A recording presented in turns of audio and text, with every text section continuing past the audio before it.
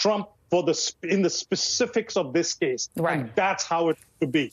Let the politicians think about the deterrent effect. Let you and I talk about the deterrent effect. But that's not what the judge's job is. The judge will do their job. And that's something that's the signal that the rest of the world has to see out of the United States. Amen. The justice system. It's what? Yeah, Hitler went to jail, too. Just throwing that in there. Glenn Kirschner, I'm going to give you the last word on this. Came out and ran and became Chancellor of Germany. So then how do you expect the prosecutor to handle this case? It's his biggest case, Alvin Bragg. He's in the central spotlight here. What do you expect him to do? How do you expect him to conduct it?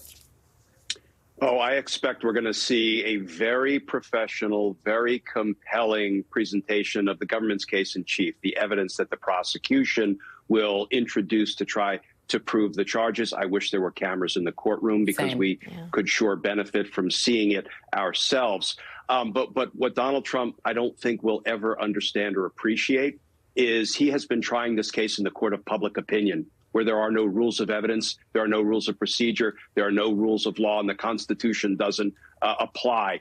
Once this moves into a court of law proper, he won't be able to say and do the things that he has been saying and doing to tear down our institutions of government day in and day out. And once the rules of law and procedure and evidence apply, I believe that he is going to go down in flames because the evidence against him is powerful. It's corroborated. There is an audio recording of him involving himself in the corrupt scheme to make these hush money payments and cover them up. So I think the prosecution is up to the task of presenting the evidence professionally and in a compelling way.